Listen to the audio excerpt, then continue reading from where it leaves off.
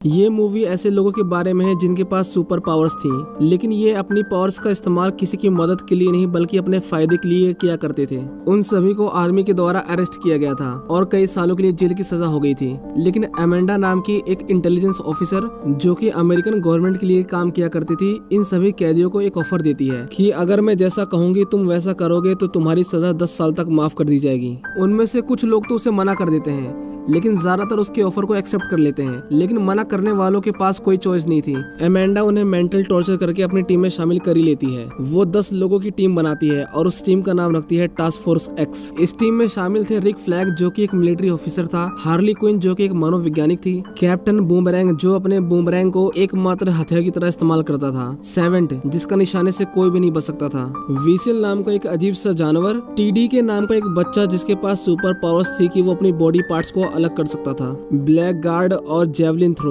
जो अपने एनिमीज को एक भाले से मारता था। क्योंकि इतने खतरनाक क्रिमिनल्स को खुला छोड़ना काफी रिस्की था, इसलिए अमेंडा ने उनके सिर के अंदर एक बॉम्ब फिट कर दिया था ताकि अगर कोई भी वहां से भागने की कोशिश करे या अपने मिशन को छोड़े तो अमांडा उसे मार सके। अमेंडा उन्हें उनके मिशन के बारे में बताती है।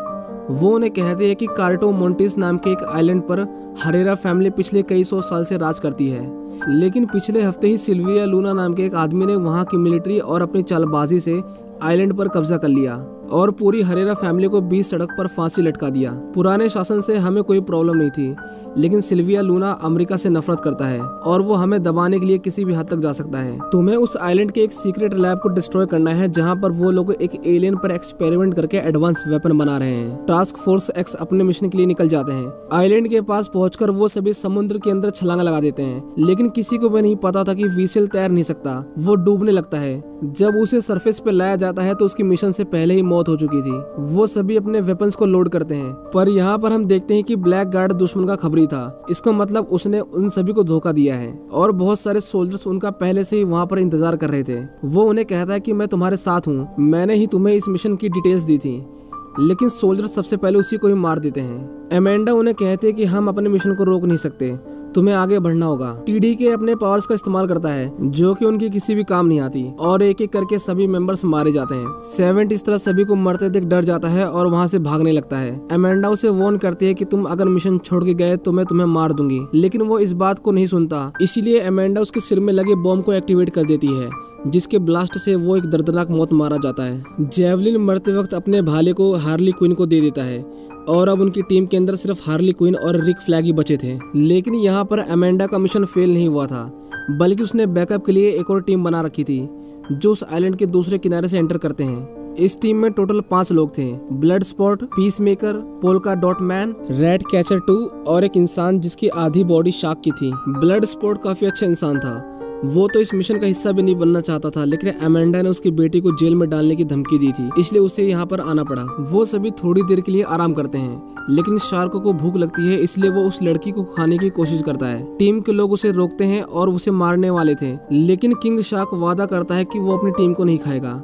अमेंडा उन्हें बताते हैं कि रिच फ्लैग को दुश्मन ने पकड़ लिया है, उसका जिंदा रहना मिशन के लिए बहुत जरूरी है, तुम्हें उसे बचाना होगा। वो दुश्मन की कैंप में जाते हैं और शार्क सभी को खाने लगता है। पीस मेकर और ब्लड शॉट तो एक दूसरे से लोगों को मारने का कंपटीशन ही कर रहे थे, लेकिन थोड़ी देर बाद उन्हें पता चलता है कि जिन लोगों की उन्होंने जान ली वो उनके दुश्मन नहीं थे, बल्कि वो तो रिक की मदद कर रहे थे। एक लड़की अपने दोस्तों की मौत से काफी गुस्सा थी, लेकिन रिक उसे शांत करता है। दूसरी तरफ लैब के अंदर थिंकर नाम का एक साइंटिस्ट सिल्विया लूना को स्टारफिश एलियन के बारे में बताता है, जिसके शरीर से निकलने वाले छोटे छोटे स्टारफिश ह्यूमंस के ब्रेन को कंट्रोल कर सकते हैं। हार्ली क्विन को उन लोगों ने बंदी बना लिया था, उसे नए कपड़े दिए जाते हैं और उसे सजाकर सिल्विया लूना के सामने पेश किया जाता है। ऐसा इसलिए किया जा रहा था क्योंकि हार्ली भी अमेरिका से नफरत किया करती थी। सिल्विया हार्ली से कहता है कि वो उसे शादी करना चाहता है और अब जो वेपन्स हमारे पास है उससे हम पूरे अमेरिका पर राज करेंगे। हार्ली को उसकी बातों से कुछ भी फर्क नहीं पड़ रहा था, लेकिन जब वो उसे कहता है कि इस जंग के अंदर औरतें, बच्चे, बूढ़े सभी मारे जाएंगे, तो हार्ली उसे शूट कर देती है क्योंकि वो इनोसेंट लोगों की जान नहीं लेती थी।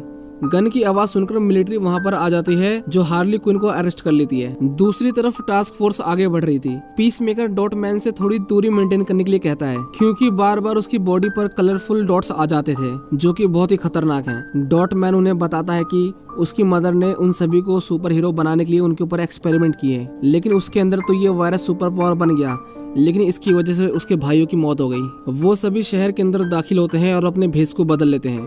और अब उन्हें उस साइंटिस्ट को पकड़ना था जो कि स्टारफिश पर एक्सपेरिमेंट कर रहा था। वो सभी बार केंद्रों से ढूंढ लेते हैं, लेकिन आर्मी को उनके बारे में पता चल चुका था, जो उनकी तलाश करते करते उस बार तक पहुंच चुके थे।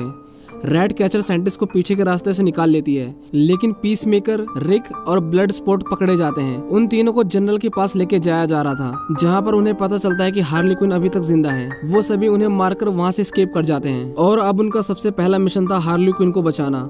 हम देखते हैं कि प्रेसिडेंट हार्ली को टॉर्चर कर रहा था, लेकिन वो उन्हें कुछ भी नहीं बताती। उनकी टीम हार्ली को बचाने के लिए पैलेस तक पहुंच चुकी थी, लेकिन प्रेसिडेंट के जाने के बाद हार्ली गार्ड को मारकर लॉक को खोल लेती है और सभी को मारते हुए वहां से बाहर निकल आती है।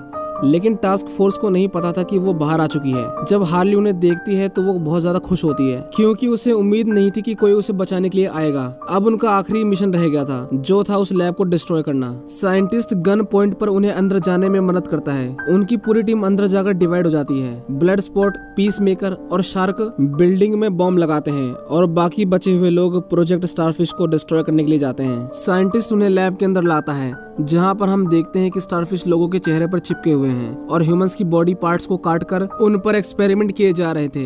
वो साइंटिस्ट उन्हें बताता है कि ये एक्सपेरिमेंट पिछले 30 सालों से किया जा रहा है। ये एलियन सबसे पहले अमेरिका में मिला था, लेकिन वो लोग अपने देश के अंदर ये एक्सपेरिमेंट नहीं करना चाहते थे, इसीलिए उन्होंने इस आइलैंड पर उस एलियन को भेज दिया और सीक्रेटली उसे फंडिंग देते रहे। इसका मतलब ये था कि इन सभी एक्सपेरिमेंट में अमेरिका भी इन्वॉल्व था और अमेंडा इस सच को बाहर आने देना नहीं चाहती थी, इसलिए उसने ये पूरा मिशन तैयार किया। जब रिक फ्लैग को पता चलता है कि उनके देश अमेरिका ने इतने सारे लोगों की जान ली, तो वो काफी इमोशनल हो जाता है और डिसाइड करता है कि वो इस सच्चाई को पूरी दुनिया को बताएगा। वो कंप्यूटर से हार्ड डिस्क निकाल लेता है, जिसमें एक्सपेरिमेंट के बारे में सारी इंफॉर्मेशन थी। वहाँ पर पीस मेकर आता है, जो रिक के ऊपर अपनी गन को पॉइंट कर लेता है और यहाँ पर हमें पता चलता है कि अमेंडा ने उसे लैब के साथ साथ सारे डॉक्यूमेंट्स और सबूतों को डिस्ट्रॉय करने के लिए भेजा था। लेकिन अब क्योंकि रिक फ्लैग और रैट कैचर को सच्चाई का पता है, इसलिए पीस मेकर को उन दोनों को मारना पड़ेगा। दूसरी तरफ हम किंग शार्क को देखते हैं, जो कि एक बड़े से फिश टैंक के अंदर जेलीफिश देखता है। वो जेलीफिश देखने में बहुत ही प्यारी थी, इसलिए वो उनके साथ खेलने लगता है। उन्हें मिलिट्री ने चारों तरफ से घेर लिया था।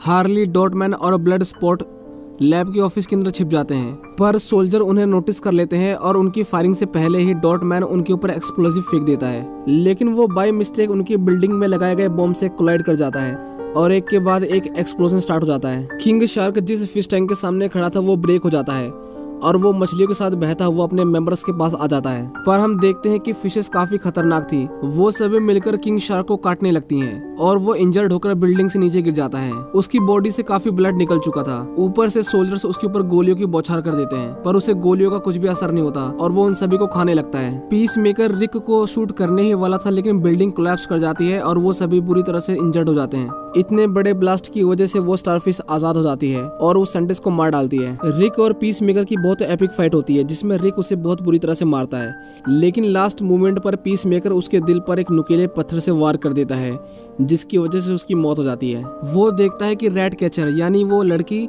हार्ड ड्राइव को उठा लेती है और वहां से भाग जाती है। बाहर आकर वो देखती है कि पूरी बिल्डिंग कोलैप्स कर रही है और दूसरी तरफ हार्ली, डॉटमैन और ब्लड स्पॉट ऊपर अपनी जान बचाने के लिए पूरी कोशिश कर रहे थे। पीस मेकर उस लड़की को मारने ही वाला था, लेकिन तभी ब्लड स्पॉट ऊपर से नीचे गिरते गिरते उस फ्लोर पर पहुंचता है जहां पर पीस मेकर था। वो देखता है कि पीस मेकर रैट कैचर को मारने ही वाला था, इसलिए वो उसके ऊपर फायरिंग करता है। पीस मेकर भी उसके ऊपर फायरिंग करता है, लेकिन ब्लड स्पॉट की बुलेट साइज में छोटी होती है, जो उसके बुलेट से पास होते हुए पीस मेकर के गले में लगती है और वो मारा जाता है। रैट कैचर उसे बताती है कि पीस मेकर ने रिक को मार दिया है और ये एलियन एक्सपेरिमेंट अमेरिका ही करवा रहा है। लेकिन तभी वो एलियन स्टारफिश बिल्डिंग से बाहर निकलती है और हम देखते हैं कि उसका शरीर कितना भारी भरकम और विशालकाय था। उसके सेंटर में एक बड़ी सी आंख भी थी। मिलिट्री उसके ऊपर फायरिंग करती है, लेकिन उनकी बुलेट्स उसका बाल भी बांका नहीं कर पाती। वो अपने शरीर से हजारों की संख्या में छोटी छोटी स्टारफिश निकालती है, जो लोगों के चेहरे पर जाकर चिपक जाती हैं और कुछ ही देर बाद वो लोग दोबारा से उठ खड़े होते हैं और शहर की ओर बढ़ने लगते हैं। अमेंडा देखती है कि उन्होंने स्टारफिश को आजाद कर दिया है, लेकिन उसका मिशन पूरा हो चुका था, जो कि इस एक्सपेरिमेंट से अपने सबूतों को मिटाना था। वो उन्हें ऑर्डर देती है कि तुम लोग वापस आ जाओ। हमारे दुश्मनों का जितना ज्यादा नुकसान होगा उतना उन्हें दबाना आसान होगा। स्टारफिश शहर के लोगों को मार रही थी। वो इतने मासूम बच्चों और लोगों को मरते देना नहीं चाहता था, इसलिए वो उनके ऑर्डर को फॉलो नहीं करता और वो सभी स्टारफिश को रोकने के लिए चले जाते हैं। अमेंडा उनके ब्रेन में लगे हुए बॉम्ब्स को एक्सप्लोड करने की धमकी देती है, लेकिन कोई भी उसके ऑर्डर को नहीं सुनता अमेंडा जस्ट बॉम्ब के बटन को प्रेस करने ही वाली थी, लेकिन उसके साथ के लोग उसे मारकर बेहोश कर देते हैं, क्योंकि उन्हें भी पता था कि अमेंडा गलत कर रही है। वो सभी उनकी टीम को गाइड करने लगते हैं।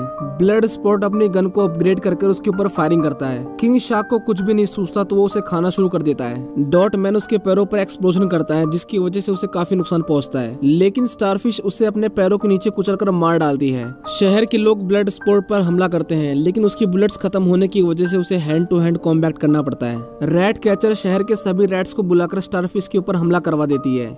लाखों की संख्या में रैट्स उसे खाने लगते हैं। हार्ले भी अपने जैवलिन यानी अपने भाले को लेकर उसकी आंख के अंदर चली जाती है। हम देखते हैं कि रैट्स उसकी आंखों के अंदर घुसकर उसके अंदर की नसों को काटने लगते हैं और जेलीफिश की आंख पूरा खून से भर जाती है। और फाइनली इतनी इंजरीज की वजह से वो एक बिल्डिंग के ऊपर गिर जाता है और मारा जाता है। वो सभी रिक और डॉटमैन को याद करके काफी इमोशनल हो जाते हैं। अमेंडा उन्हें कॉल करती है और उन्हें मारने की धमकी देती है। ब्लड स्पॉट उसे कहता है कि अगर तुमने ऐसा करने की कोशिश की तो मैं एक्सपेरिमेंट की डिटेल्स पब्लिक कर दूंगा और सभी को अमेरिका का असली चेहरा दिख जाएगा। वो उससे डील करता है कि हम इस बात को सीक्रेट रखेंगे और बदले में तुम किसी को भी नहीं मारोगी। अमेंडा उनकी डील को एक्सेप्ट कर लेती है और उन्हें आजाद कर देती है। इस मूवी के लास्ट में हम देखते हैं कि वीवर, जो स्टार्टिंग में पानी के अंदर डूब के मर गया था, वो अभी तक जिंदा है और पीस मेकर इतनी गहरी इंजरी के बाद भी जिंदा है और फिलहाल अमेंडा की देख रेख में है। इसी के साथ ये मूवी यहीं पर खत्म हो जाती है।